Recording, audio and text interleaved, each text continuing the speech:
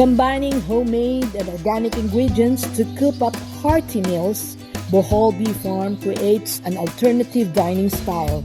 It has a wide array of natural and organically grown foods that includes pure honey, honey mustard, honey spread, and salad dressings.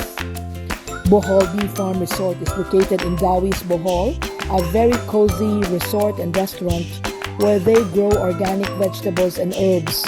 It is a very relaxing place on Panglao Island. Perched on a cliff a kilometer from the main highway of Panglao Island and nestled along the tranquil shores of the island, Bohol Bee Farm is a thriving organic farm and eco-resort that offers a unique and immersive experience. It offers a unique destination that combines sustainable farming, delicious organic food, and a close encounter with nature.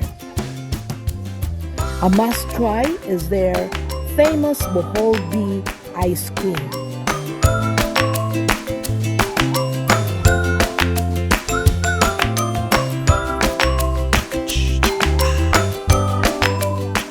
Bohol Bee Farm is owned by former New York-based nurse-turned-chef and environmentalist Vicky Wallace. So ano yan? How do they make an ice cream out of it? Pagpilit mo ba, process ma'am, powder na po siya, tapos ginawa mo siya. Grabe no? So it's very nutritious, you know? Yes po ma'am, wala na po ano yan. Kita? Bilik. Kasi inaktivate. How many flavors do you have? 2, 4, 6, 8, 10, 12, 14, 17. You have 17. Anong pinaka in demand? Malunggay guyabano ma'am. Oh, bakit? Masarap ba? Yes, masarap po. Coconut milk po yung gamit namin dito. Tapos honey yung soup. So, every day you do production? Yes.